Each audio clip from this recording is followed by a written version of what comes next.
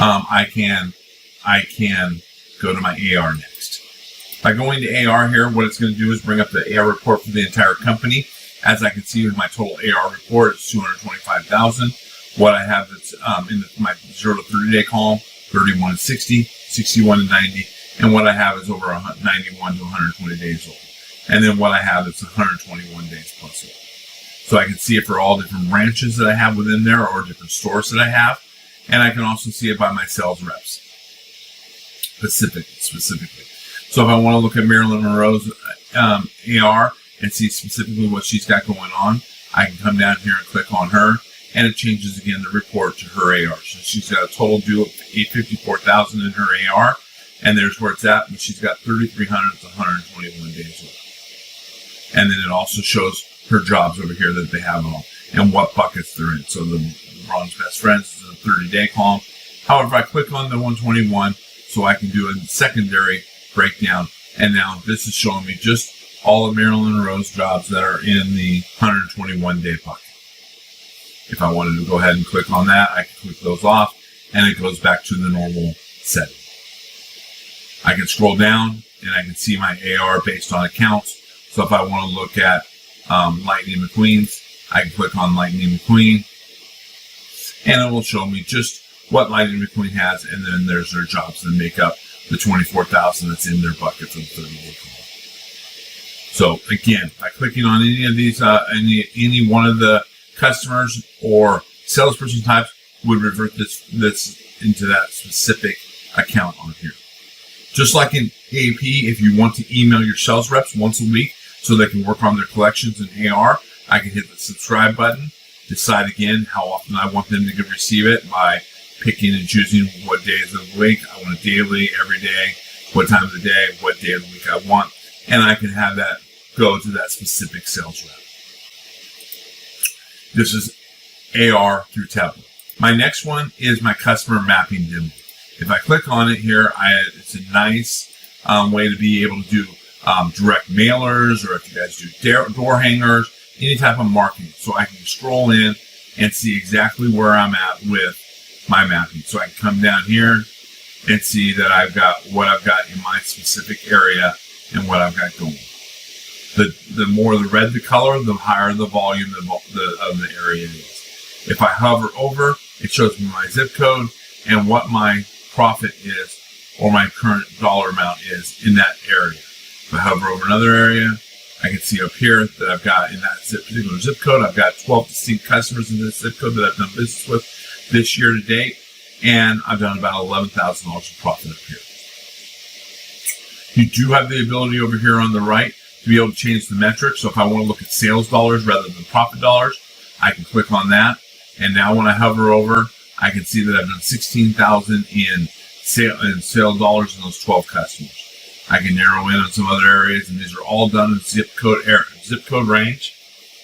So by hovering over another area, I have 49 distinct customers in there, and I've done $37,000 in sales this year. Last year, I can see by prior sales, I was only at 4,300. So I've done a significant number of volume and extra volume in sales. There are other ways to be able to do margin change. I can also do it by profit change or sales change. So again, if I want to look at the report by sales change, I can see, hey, look, I've done $2,000 less than what I did last year in this specific zip code. I can come up here and do this one here. I've done $4,000 less than what I did in this specific zip code. So it's able to let you look at zip codes, and you can do it by different metrics here. Current change versus prior change, which is typically the most common and most useful one there. So again, I can hover over. I can see I'm $13,000 down versus last year.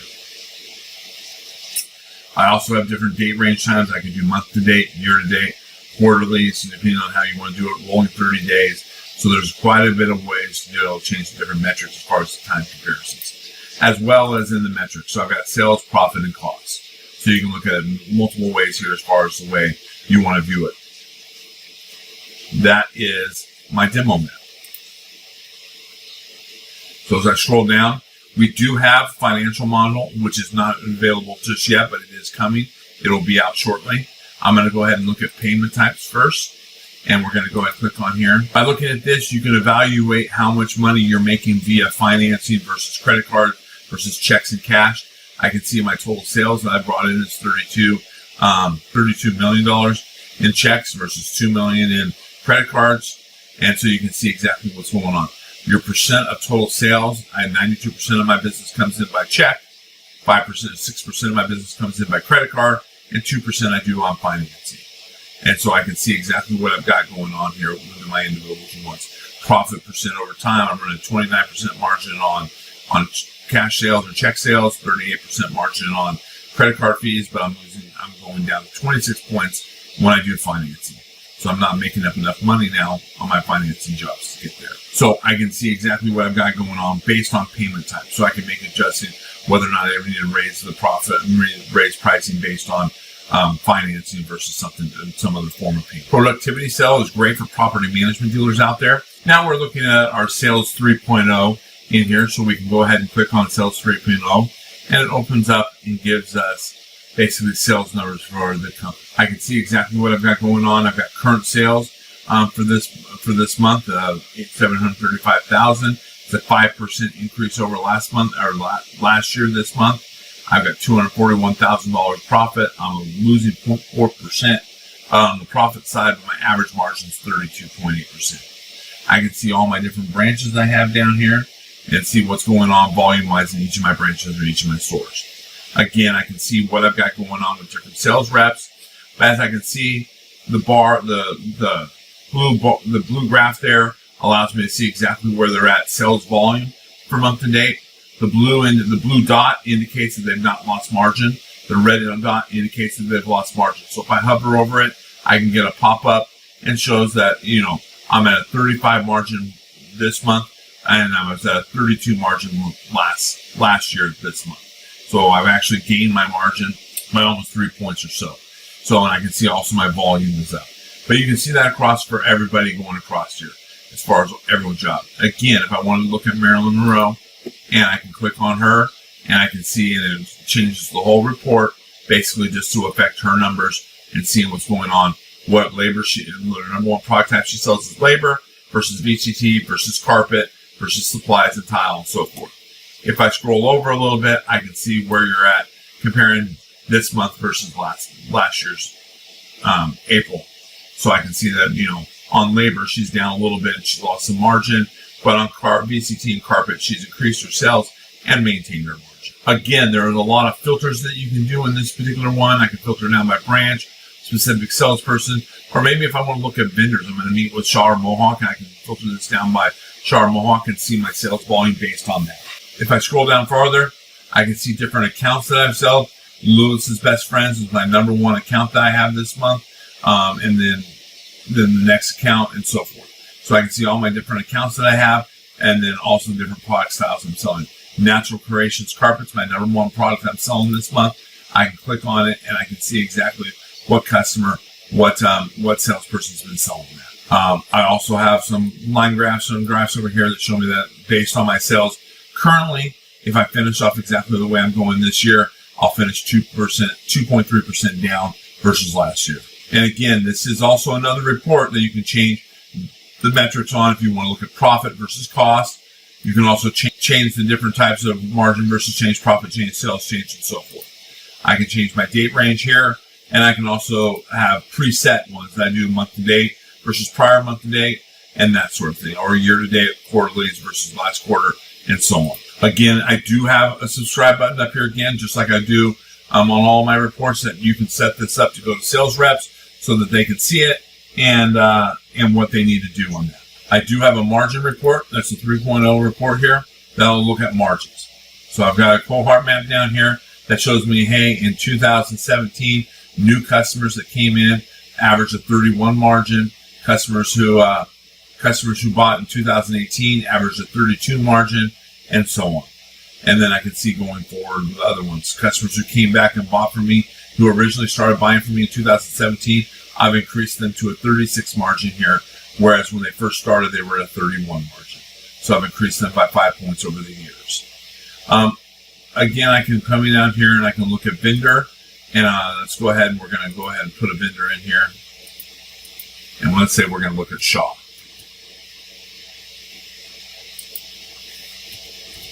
Type in Shaw. There they are, and we'll check mark them. So what it's going to do is it's going to change this report to Shaw. As it loads, and I can come down here to my lower section down here and see that, customers who came in who bought, I averaged a 27 margin with Shaw. And in 2019, those customers went up to a 34 margin. So I increased margin with them on everything that I did with Shaw.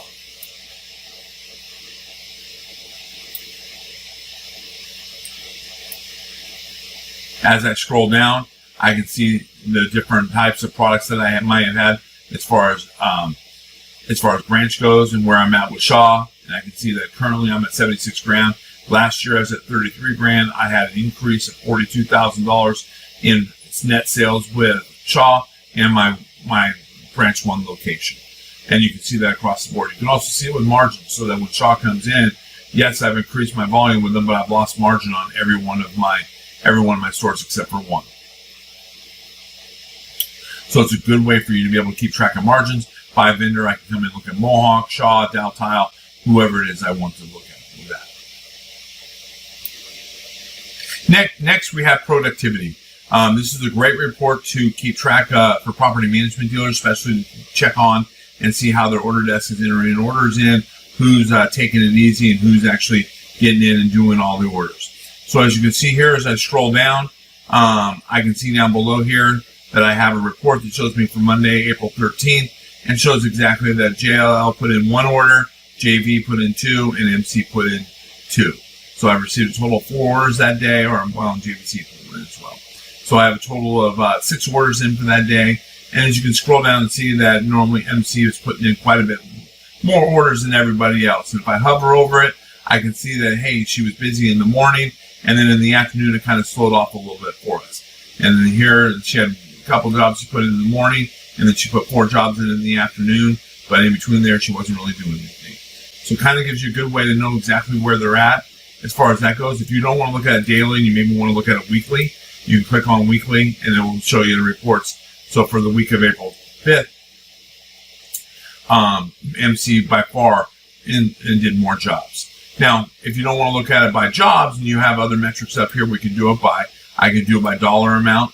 So if I come back down here and look at it, that I can see that MC put in 33 orders in, but she only put $1,000 in, where JV put 2 orders in and they did $9,900. So it's a good way for you to be able to check to see that MC is putting in a lot of orders in, but she's taking all the one-line orders or the half orders, things like that aren't a real big deal, where these two sales reps or order desk persons are taking the more complicated orders and doing them and putting them in, even though they are taking less orders and putting them in. Now you can also look at it by, if we want to look at it again on there, we can look at line count rather than dollars in quantity. I can see there's 5 lines, 8 lines versus 10 lines, or 50 lines here for that one. So you can see again exactly what they're doing and who's busy. Again, if I hover over, I can see that, for the most part during the week, Wednesday was a big day for her. And she got a lot of orders put in on Wednesday and then kind of slope off on either side of Wednesday.